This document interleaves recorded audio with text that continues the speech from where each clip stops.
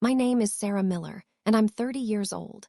The email arrived on a Tuesday, nestled innocently between a promotional offer for artisanal coffee and a reminder about my dental appointment. The subject line, "Your Grandview estate booking confirmed," should have sent a thrill through me, a surge of pure joy. Instead, it sent a cold spike of dread straight through my heart. My wedding planner, Eliza Hayes, had assured me the Grandview estate was completely booked for our date. It was the venue of my dreams: rolling hills, a rustic chic barn, string lights shimmering over an ancient oak tree. Eliza had cited unforeseen scheduling conflicts and steered me toward a much less appealing and considerably more expensive alternative.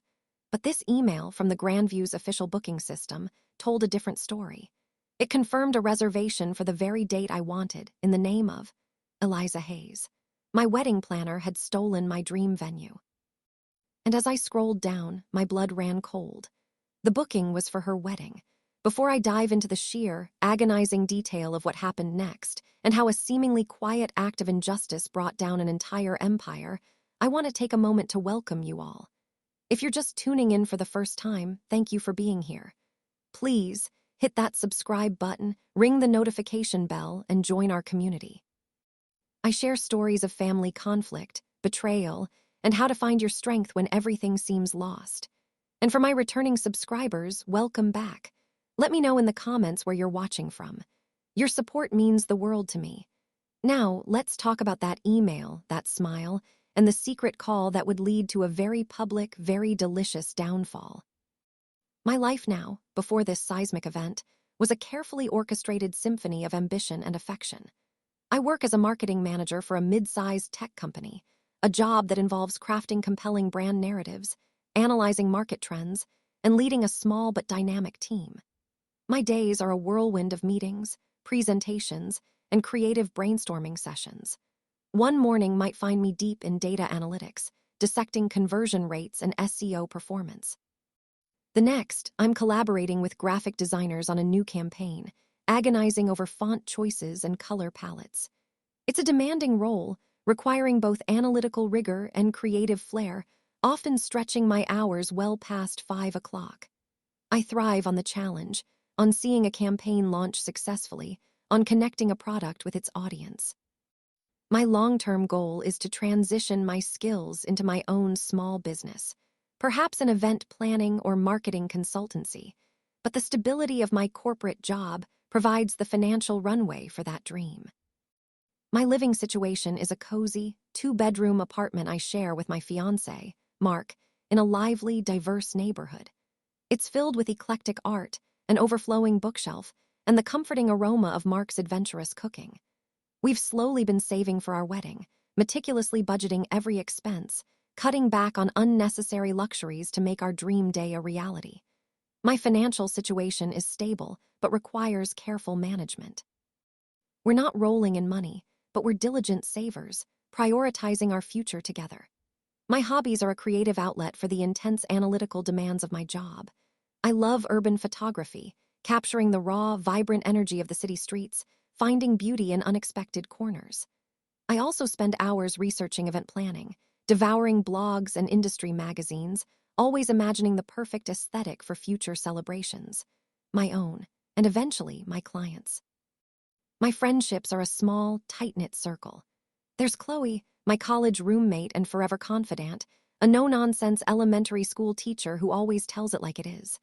And David, my colleague from my first job, a kind, steady presence who shares my love for obscure indie films. They are my anchors, the people who know me best and support me unconditionally. My romantic relationship with Mark is the bedrock of my world. We met 6 years ago through mutual friends, and from our first awkward coffee date, there was an undeniable connection. He's an elementary school art teacher, a gentle, patient soul with a mischievous sense of humor. He grounds me, balances my sometimes overthinking nature with his easygoing charm. We share quiet evenings at home, discussing our days, planning our future, dreaming of our wedding, a day we both envisioned as the perfect celebration of our love. Every morning, I wake to his quiet rustling in the kitchen as he makes coffee, the comforting weight of his arm around me in the dark. Our life was filled with a quiet, predictable happiness, a calm before the storm that Eliza Hayes was about to unleash. To truly understand the internal battle I waged, the quiet fury that burned beneath my composure, you need to understand the family I grew up in. My parents, Robert and Diane Miller, were loving, supportive, but fundamentally cautious. They were both educators, my father a high school history teacher, my mother a librarian. They instilled in me and my older sister, Emily, the values of hard work, financial prudence, and above all, stability. They believed in a clear, predictable path: good grades, a stable job, a solid marriage, and careful saving for retirement. Dreams, especially creative or entrepreneurial ones, were often viewed with a loving but ever-present concern, deemed risky or impractical. Emily, 3 years my senior, was the embodiment of their ideals. She was methodical, highly organized, and followed their path with quiet precision. She pursued a sensible degree in accounting, quickly climbed the corporate ladder at a reputable firm, and married her college sweetheart, a financially secure engineer. For my parents, Emily was their success story, the daughter who had made all the right choices. She was the steady, predictable, safe bet. I, however, was always the dreamer, the creative one, often seen as head in the clouds. From a young age, I was drawn to art, to stories, to the imaginative worlds I could create. While my grades were good, my passion lay in photography, writing, and later, event planning. This often made me the artistic, but less practical one in their eyes. My parents loved me fiercely, but they showed it through gentle warnings and cautious advice, their fears for my future often outweighing their belief in my more unconventional ambitions. Emily, while never outright cruel, often echoed their sentiments, sometimes with a subtle undercurrent of knowing superiority, as if to say, "I told you so," before I'd even failed. Family dinners were pleasant, but revolved around practicalities. Discussions centered on career stability, rising costs, home maintenance, and the safest investment for a child's future. There was little room for abstract discussions about creative pursuits or entrepreneurial risks. Affection was shown through my mother's delicious home-cooked meals and my father's diligent help with my college applications, steering me toward marketing degrees at established, well-regarded universities rather than fine arts programs. Verbal affirmations of my creative ambitions were rare, almost non-existent, often redirected towards their practical applications. I remember a pivotal moment when I was 10 years old. I had spent weeks creating an elaborate diorama for a school project, a detailed recreation of a bustling medieval market, complete with tiny figures I sculpted from clay. I poured my heart and soul into it. My parents admired it, but my father's primary comment was, "Very meticulous, Sarah. You have a good eye for detail. You could probably be an excellent project manager." Emily, then 13, added, "It's pretty, but it took you forever. Mine was done in 2 nights and got an A just fine." My small creative victory was instantly minimized, redirected towards a more sensible career path compared to my sister's efficient achievement. As a teenager, I became obsessed with photography. I saved every penny from my babysitting jobs to buy my first decent camera. I spent hours wandering the city, capturing candid moments, finding beauty in the mundane. I dreamed of going to art school. My parents, however, were firmly against it. "Sarah, what kind of stable career can you truly have with a fine arts degree?" my mother would ask, her voice laced with worry. "You need something with a clear path, with benefits, with security. Emily is doing so well in accounting. You should consider a business degree, perhaps with a marketing focus. You can still use your creativity there, but it's practical." My father, ever the pragmatist, added, "Art is a wonderful hobby, dear, but a terrible career. You need to think about your future, about supporting yourself." Daniel, always echoing their sentiments, said, "You can always take photos on the weekends, Sarah. No need to throw away your future on something so risky." I eventually chose marketing, a compromise that allowed me to be creative within a perceived, stable framework, but the sting of their subtle dismissal of my artistic passion lingered. In my early career, after landing a solid job in marketing, I started secretly researching small business ventures, particularly in event planning. It felt like a natural extension of my creative and organizational skills. I envisioned a boutique firm that crafted unique, personalized events. When I tentatively brought it up to my family during a holiday dinner, suggesting it as a long-term goal, the response was a familiar chorus of caution. "Sarah, you have such a good job now," my mother said, her brow furrowed. "Why would you risk that? Starting a business is so uncertain, the market is so competitive."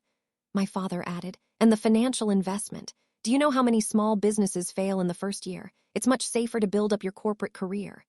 Emily, ever the voice of practical wisdom, chimed in, "You'd have to put in so many hours, Sarah. And for what? You're already doing well. Maybe focus on securing that promotion first." Their concern felt like a direct lack of faith in my abilities, a constant, unspoken message that my dreams were too big, too risky, too dangerous. This constant struggle for validation, for understanding, deeply impacted my self-esteem. It fueled a fierce, almost desperate need to prove myself, to succeed independently, to show them that my intuition, my ambition, wasn't a flaw but a strength. I learned to internalize their skepticism, to push through it with a quiet, unyielding resolve, but it also left me with a hidden vulnerability, a constant awareness of the external doubts that could, if I let them, erode my confidence. This constant fight to justify my path, to demonstrate my worth beyond their conservative definitions, laid the groundwork for the battle I was about to face. And that battle, ironically, would begin with the very symbol of love and commitment they so valued, my wedding. The wedding planning process began with so much hope and excitement. Mark and I had been engaged for 6 months, basking in the glow of our future together. We envisioned a day that was elegant yet intimate, rustic yet refined. Our dream venue was undoubtedly the Grandview estate, a beautifully restored barn with floor-to-ceiling windows, surrounded by sprawling vineyards and a majestic, ancient oak tree perfect for an outdoor ceremony. It captured our aesthetic perfectly, a blend of Mark's artistic sensibilities and my own love for natural beauty. We started saving aggressively, cutting back on dinners out and weekend trips, pouring our combined efforts into making that dream a reality. Finding Eliza Hayes, a highly recommended wedding planner with a sleek website and an impressive portfolio, felt like a blessing. She was charismatic, articulate, and seemed to instantly understand our vision. Her office, a chic loft space with minimalist decor and perfectly curated floral arrangements, exuded professionalism. Her contracts were detailed, her brochures glossy, and her testimonials glowed with praise. We signed with her, paid the hefty initial deposit, and handed over our dreams to her capable hands. Initial meetings with Eliza were fantastic. She was full of ideas, connected us with reputable vendors, and seemed genuinely enthusiastic about our wedding. But as the months passed, a subtle unease began to creep in. Eliza became increasingly evasive. She'd miss scheduled calls, offering vague apologies about overwhelming client schedules. Deadlines for specific vendor bookings, like the caterer and the band, would quietly slip by, only for her to assure us, "Don't worry, darlings, I'm on top of it. Everything's under control." The first major red flag was regarding the Grandview estate. I'd repeatedly asked Eliza for confirmation of our booking, eager to finalize the small details. She'd always respond with a sigh, "Oh, Sarah, my dear, I'm so sorry, but the Grandview is incredibly popular. It seems someone just snatched up your preferred date. We'll have to go with your second choice, the Cedarwood Manor." The Cedarwood, while nice, was a sterile banquet hall, completely devoid of the charm we wanted. I was disappointed, but Eliza was so convincing, so apologetic that I accepted it, albeit with a heavy heart. She even showed us a fabricated email, purportedly from the Grandview, stating their unavailability. "They were so rude about it, too," she'd said, feigning outrage. "Honestly, some venues have no class." Then came the strange requests for additional payments. A surcharge for premium linen, she'd text. An unexpected increase in floral import costs. Each request, though seemingly minor, chipped away at our carefully budgeted savings. Mark, ever the optimist, tried to calm my anxieties. "Maybe she's just busy, honey. Wedding planners deal with a lot, and costs do go up." But my gut told me something was off. My marketing manager instincts, honed by years of scrutinizing fine print and analyzing competitor behavior, whispered that something didn't add up. I started trying to contact vendors directly, ostensibly to confirm details. But Eliza always intercepted, insisting she handle all communication. "It's part of my service, darling," she'd coo. "You mustn't bother the vendors. It complicates things." My attempts to rationalize her behavior grew weaker. I found myself obsessively rereading our contract, searching for clauses, for loopholes, for anything that would explain her increasingly erratic and demanding behavior. The feeling of unease solidified into a growing suspicion, a cold, hard knot of dread in my stomach, but I pushed it down. This was our wedding, our dream. I wanted to believe it was all just stress, just the normal chaos of wedding planning. I couldn't bear the thought of something truly sinister. I held on to the hope, the increasingly fragile hope, that Eliza Hayes was simply overwhelmed, not dishonest. I was about to learn just how wrong I was. The discovery was not a dramatic confrontation, but a quiet, devastating digital sting. It happened late one evening, about 6 weeks before our wedding date. Mark was out at a school event, and I was curled on the sofa, scrolling aimlessly through social media, trying to distract myself from a particularly nagging feeling about Eliza. I stumbled upon a mutual acquaintance's Instagram story. It was a carousel of photos from a stunning wedding. As I tapped through, a familiar landscape unfurled before my eyes: rolling green hills, a rustic chic barn, string lights shimmering over an ancient oak tree. It was unmistakably the Grandview estate. My stomach dropped. Then I saw the bride and groom in the final photo, bathed in golden hour light, their faces beaming. The bride was Eliza Hayes, my wedding planner. My heart stopped. The world around me spun into a dizzying kaleidoscope of disbelief and searing pain. The Grandview estate, our date, her wedding. The pieces of Eliza's evasiveness, her scheduling conflicts, her fabricated email, all clicked into place with a sickening thud. She hadn't lost our date, she had stolen it. For herself. My dream wedding, the one we had poured our hearts and savings into, was now her wedding. I let out a small, strangled gasp, the air catching in my throat. My phone slipped from my numb fingers, clattering against the hardwood floor. I couldn't breathe. A wave of nausea washed over me, a bitter, metallic taste filling my mouth. My entire body trembled, a violent tremor that shook me to my core. It was a physical manifestation of the betrayal, the profound shock that reverberated through every cell of my being. Tears, hot and furious, streamed down my face, blurring my vision. My vision swam, not with sadness, but with a white-hot, consuming rage. This wasn't just a mistake. It was a calculated, cruel, and utterly brazen act of fraud. When Mark finally returned home, humming a cheerful tune, he found me huddled on the floor, the Instagram photos still glowing on my phone screen, my face streaked with tears. His smile instantly vanished. "Sarah, what happened? What's wrong?" he asked, rushing to my side. I could only point, my fingers shaking uncontrollably at the image of Eliza, radiant in her wedding gown, standing under our oak tree. Mark picked up the phone, his eyes scanning the photos, then the date, then back to my face. His own face went from concern to horrified, then hardened into a mask of pure, unadulterated fury. "No," he whispered, his voice laced with disbelief. "No, she wouldn't." But the evidence was undeniable. His rage, mirroring mine, was a strange comfort. We were in this together, but the dream, our dream, was already shattered. The immediate aftermath was a desolate landscape of shattered dreams and simmering rage. I spent the rest of the night in a haze of disbelief, Mark holding me, his own shock and anger providing a fragile anchor in my storm of emotions. Sleep was impossible. Every time I closed my eyes, I saw Eliza's smug, beaming face at our venue. The physical symptoms of betrayal manifested brutally. A tight knot in my stomach that made eating impossible, a constant headache, and a gnawing anxiety that twisted my insides.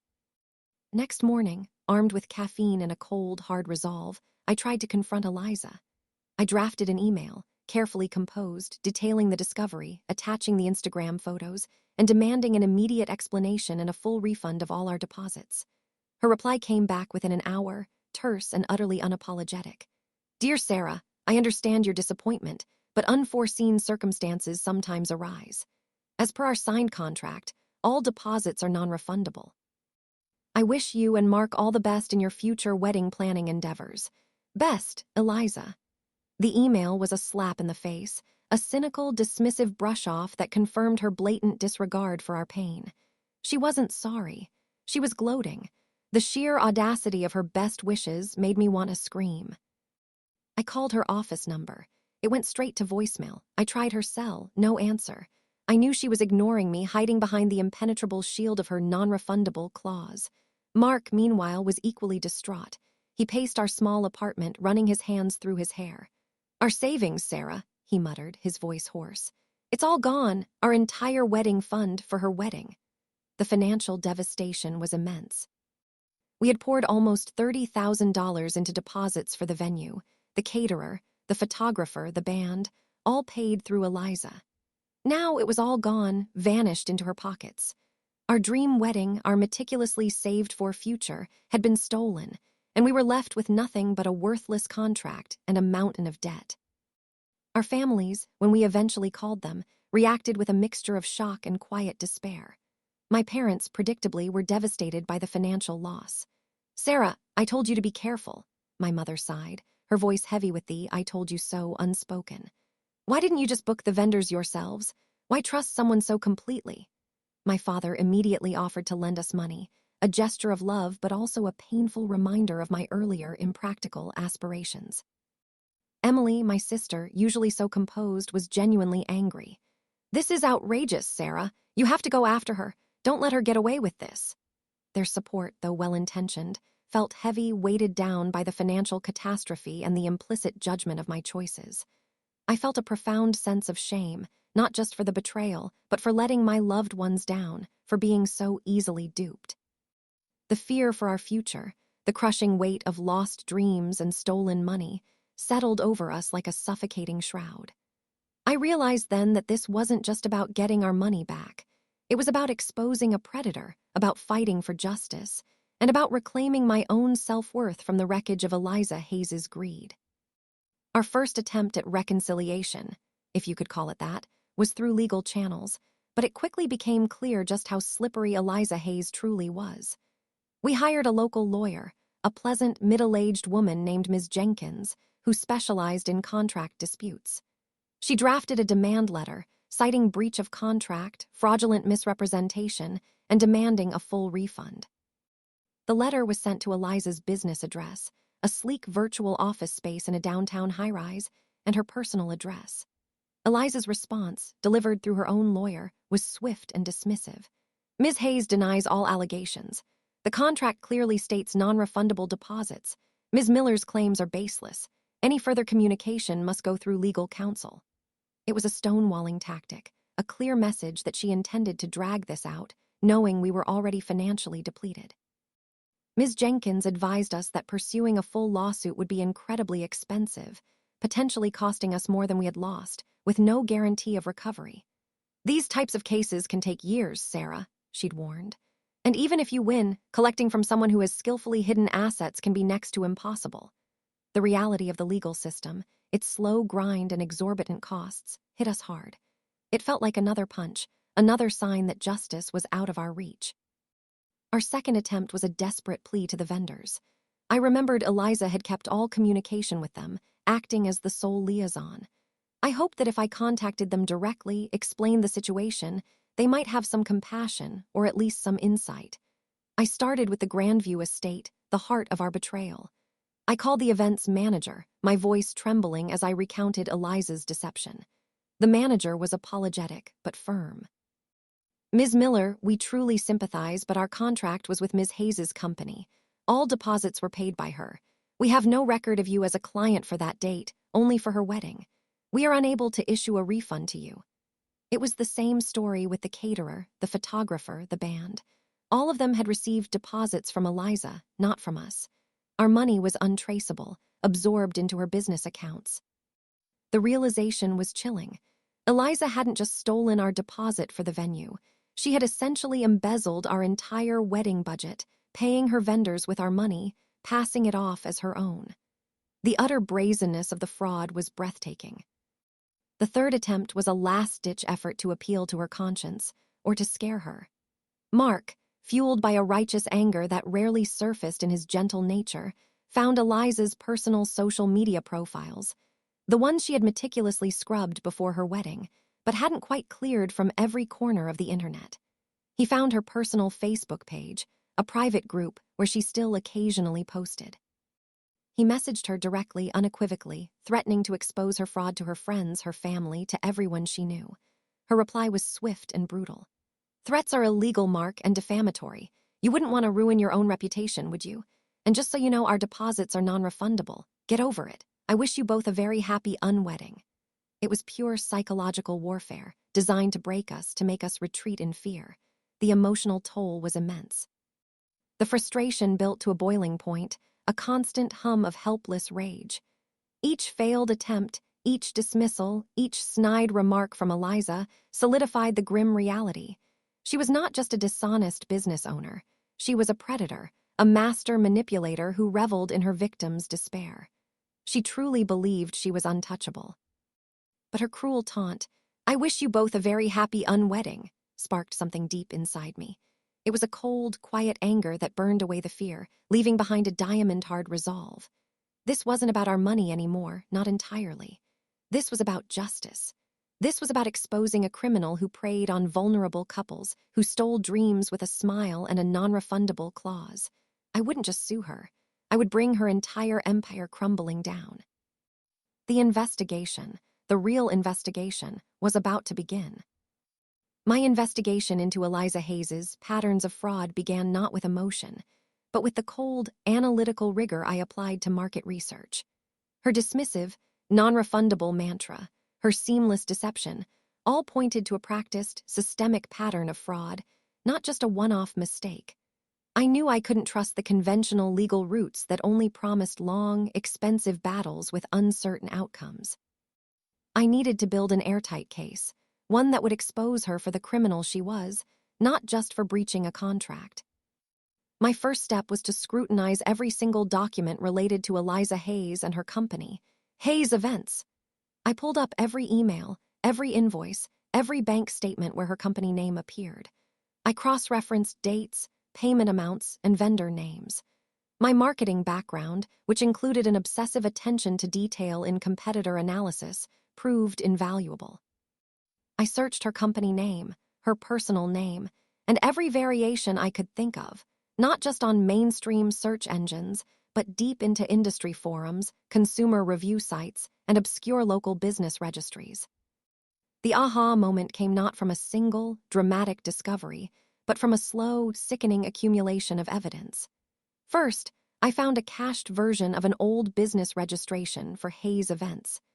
It listed an entirely different business address, a residential home in another county, suggesting a history of moving or obscuring her operations.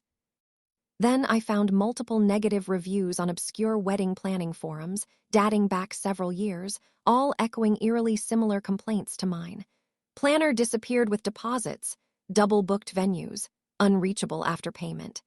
These weren't isolated incidents. This was a pattern.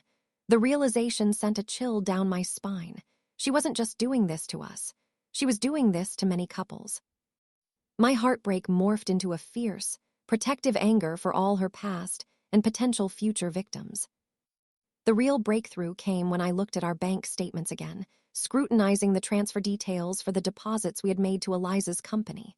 There were several large transfers, not to individual vendors as she had claimed, but directly to Hayes Events LLC. I then remembered a casual remark Eliza had made about having multiple event properties. My mind raced. I looked up property records for her current and past addresses. Bingo. Her former business address, the residential home, was actually owned by a shell company registered under a variant of her maiden name. And that shell company had recently transferred ownership of the property to another LLC, managed by a distant cousin of Eliza's husband. It was a classic money laundering scheme, a sophisticated web designed to hide assets and make her untraceable. This wasn't just a wedding planner gone rogue. This was a career criminal. Armed with this damning evidence, the fraudulent venue booking, the fabricated emails, the long history of similar complaints, and the intricate web of shell companies designed to hide her illicit gains, I knew I needed a different kind of lawyer. Not a contract dispute specialist, but a litigator who understood fraud, who wasn't afraid to go after a criminal.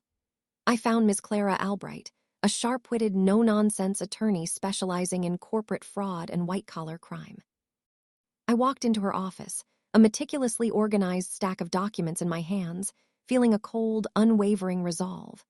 She listened patiently, her face impassive as I laid out the entire excruciating story. When I finished, I pushed the thick folder of evidence across her desk. She picked it up, flipped through the pages, her eyes scanning the financial records, the shell company details, the damning online reviews. A slow, almost predatory smile spread across her face. "Ms. Miller," she said, her voice sharp and clear, "this isn't just a wedding planner who stole your deposit. This is a clear case of wire fraud, grand larceny, and potentially money laundering. You've done excellent investigative work. This woman is a professional criminal, and we are going to expose her not just for your wedding, but for every couple she has ever defrauded." In that moment, the battle shifted. It wasn't just a personal quest for justice anymore. It was a full-blown fraud investigation, and I was no longer a victim. I was the architect of her downfall. The emotional and mental preparation for the confrontation with Eliza Hayes was unlike anything I had ever experienced. The raw pain and devastation of losing my dream wedding, of seeing our hard-earned savings vanish, had slowly transmuted into a cold, unwavering determination. This wasn't about petty revenge. It was about justice, about protecting other vulnerable couples, and about reclaiming my own narrative from the hands of a criminal. My legal team, led by the formidable Ms. Albright, worked tirelessly. She advised me on every step, preparing me for Eliza's inevitable denials, her gaslighting tactics, and her attempts to shift blame. "She will try to make you look like the irrational, emotional woman," Ms. Albright warned me. "You must be calm, factual, and unwavering. Let the evidence speak for itself." My strategy was simple, but audacious. Eliza, with her insatiable need for validation, was hosting a lavish wedding expo open house at a high-end, popular venue. She was showcasing her services, undoubtedly attempting to lure more unsuspecting couples. This was to be her stage, her opportunity to parade her fabricated success. I decided it would be our stage to expose her. My goal was not just to recover our money, but to publicly dismantle her credibility, to ensure she could never defraud another couple again. Mark, my fiancé, was my rock. He was still reeling from the betrayal, but his support for my crusade was absolute.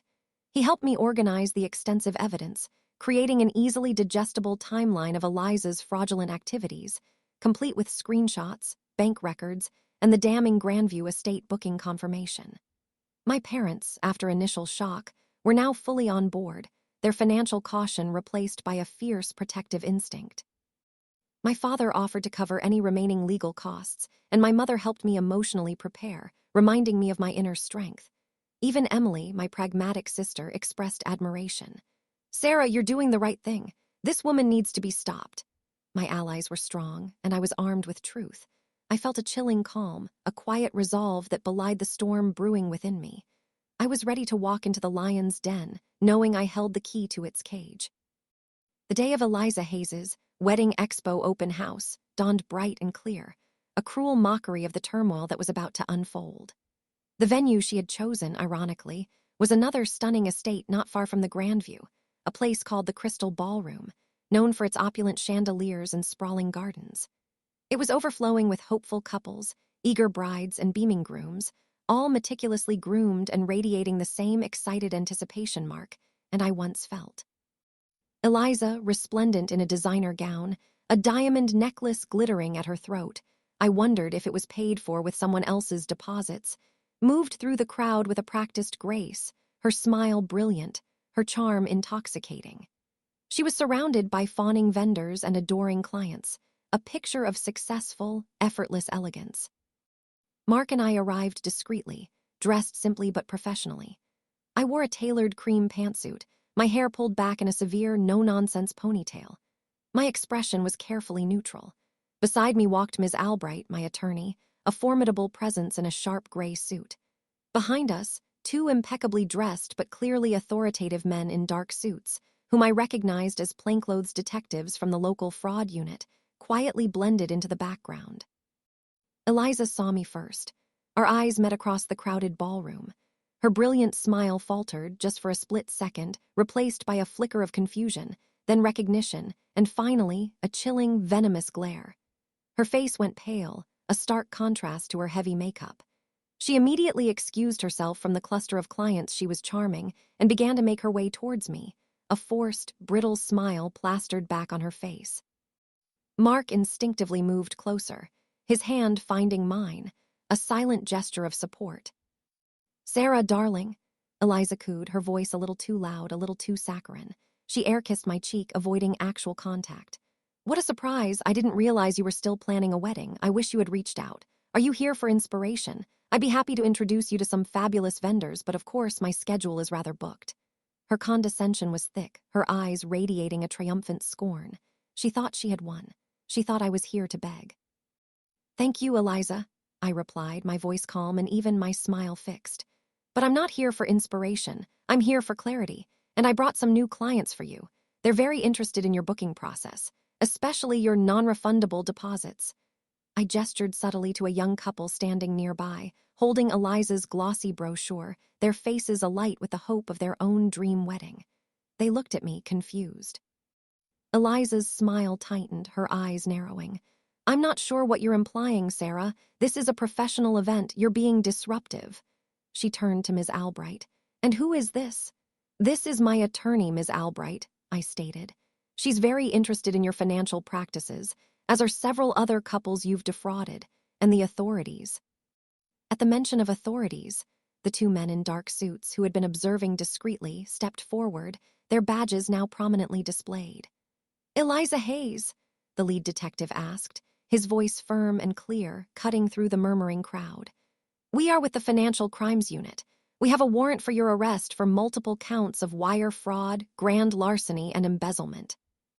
The color drained from Eliza's face, leaving it a ghastly ashen white. Her jaw dropped, her eyes wide with a mixture of terror and utter disbelief. The champagne flute she was holding slipped from her trembling fingers, shattering on the marble floor with a sharp, sickening crash. A collective gasp rippled through the stunned crowd. Every eye in the ballroom was now fixed on Eliza. Her perfectly constructed world had just imploded. "Arrest," she stammered, her voice a thin, reedy whisper. "This is insane, a mistake. You can't do this. I haven't done anything." She looked wildly around the room, her eyes darting from the detectives to the stunned faces of her potential clients, her vendors, her staff. Her carefully curated image, her entire facade, crumbled before everyone's eyes. "We have extensive evidence, Ms. Hayes," the detective continued, unfazed, "including fraudulent contracts, doctored emails, and numerous sworn affidavits from victims whose deposits you stole to fund your own lavish lifestyle, including your own wedding at the Grandview estate." He held up a file, the top sheet clearly visible, a copy of her Grandview booking. Eliza let out a strangled shriek, her perfect composure completely dissolving into a hysterical torrent of denials and accusations. "No, it's a lie. She's lying. She's just a jealous, bitter ex-client. She has no talent. Her wedding was going to be tacky anyway." She lunged towards me, her face contorted with pure, unadulterated hatred. But the detectives moved swiftly, expertly intercepting her. Her elegant gown ripped as they restrained her, her diamond necklace clattering to the floor. "You bitch! You ruined everything!" she shrieked, her voice raw and guttural, utterly devoid of the charming planner persona. As the detectives efficiently handcuffed her, reading her rights, the room was a whirlwind of camera flashes from arriving news crews. The Wedding Expo open house had turned into the most public, most humiliating arrest imaginable. Eliza, her hair disheveled, her makeup streaked with tears, was led out through the very doors she had welcomed her unsuspecting clients, her cries of protest fatting down the hallway. I watched her go, not with gloating, but with a deep, quiet sense of vindication. Mark squeezed my hand, his eyes filled with pride and relief.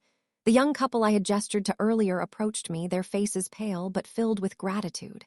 "Thank you," the bride-to-be whispered, her voice trembling. "You saved us. We almost signed with her today." My internal celebration was quiet, a single, deep breath of pure, unadulterated relief. The chessboard had been flipped. And I was the one who had made the first move. Justice served. The immediate consequences of Eliza Hayes' arrest were swift and reverberating throughout the local wedding industry. The sight of her being led away in handcuffs from her own lavish open house, her pristine facade shattered, was broadcast across local news channels and quickly went viral on social media. The headlines screamed, "Wedding planner arrested for multi-million-dollar fraud. Dream weddings turned into nightmare scam." Her carefully curated empire, built on lies and stolen dreams, imploded overnight.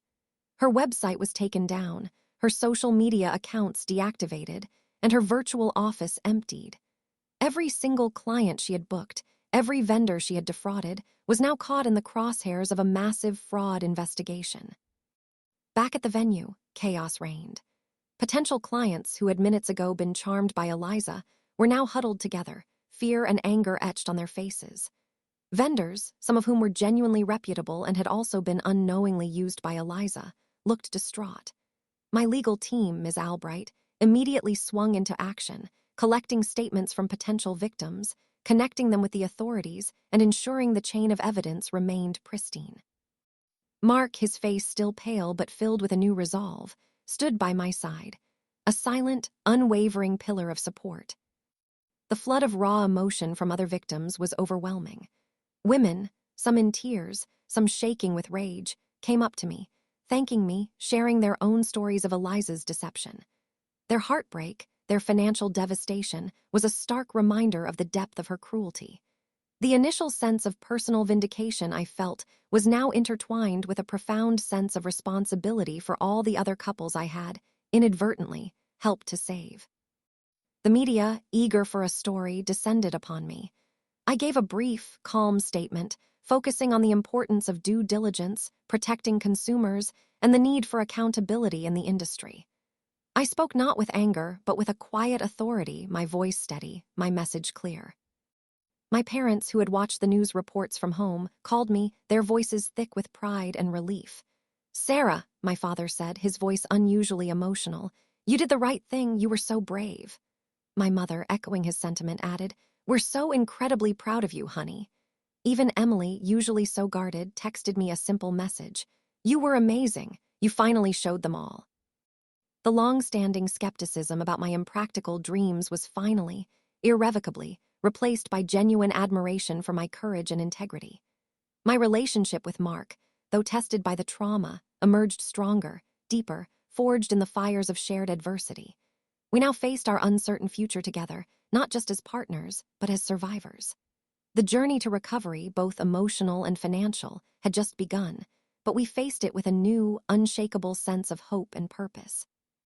The extended consequences of Eliza Hayes's fraud were far-reaching and served as a stark lesson in the wedding industry.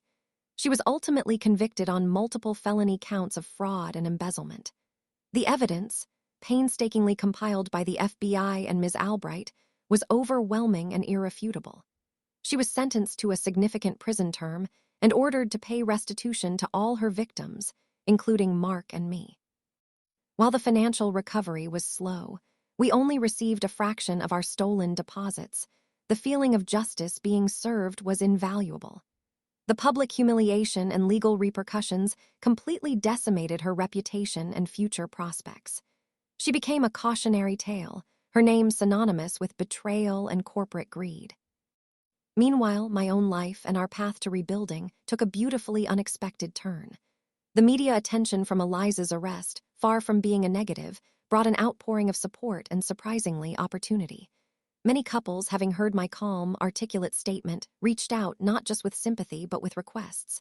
"You seem to know what you're doing," one bride wrote. "Would you consider planning our wedding? We need someone we can trust." This organic, unexpected demand sparked a new idea, one that had been a quiet dream for years. With Mark's enthusiastic encouragement and Ms. Albright's legal guidance, I founded my own event planning company, Sarah Miller Events. My company was built on the bedrock of integrity and transparency, values forged in the crucible of my own betrayal. I specialized in highly personalized, meticulously managed events, ensuring every client felt secure, informed, and truly heard. My contracts were crystal clear, every deposit accounted for, and I encouraged direct communication between clients and vendors. Within months, Sarah Miller Events gained a reputation for being ethical, reliable, and exceptionally creative. Clients were drawn to my story, to my honesty, and to the unwavering passion I brought to every event. Mark and I, after much deliberation, decided to have a smaller, more intimate wedding. It wasn't at the Grandview estate. That dream had been forever tainted. Instead, we chose a beautiful local botanical garden for the ceremony and a beloved family restaurant for the reception. It was a celebration of our love, our resilience, and our newfound strength. It was simple, deeply meaningful, and utterly perfect. My parents and Emily were there, their faces beaming with a pride that finally resonated with my chosen path, not their preconceived notions. Mark and I finally exchanged vows, a triumph not just of love, but of perseverance. The positive outcomes for me were profound. My career exploded, and I quickly moved from my marketing job to running Sarah Miller events full-time. My financial stability, once shattered, was now stronger than ever, built on a foundation of ethical business practices. I became an advocate for consumer protection in the wedding industry, speaking at conferences and collaborating with legal experts to create better safeguards for couples. My journey from victim to entrepreneur, from heartbreak to redemption, inspired countless others. Life after that victory has been nothing short of extraordinary. It's been 3 years since Eliza Hayes was arrested, and Sarah Miller Events is now a thriving, in-demand company, synonymous with integrity and innovation in the event planning industry. We've expanded our team, taken on larger, more complex events, and even opened a beautiful new office space in the heart of the city, complete with a cozy consultation area and a vibrant mood boardroom. My days are filled with the joyous chaos of creating unforgettable moments for my clients, from intimate garden weddings to lavish corporate galas. Every successful event, every happy couple, is a testament to the fact that passion, when coupled with unwavering ethical principles, can build an unshakable empire. My personal life has also flourished.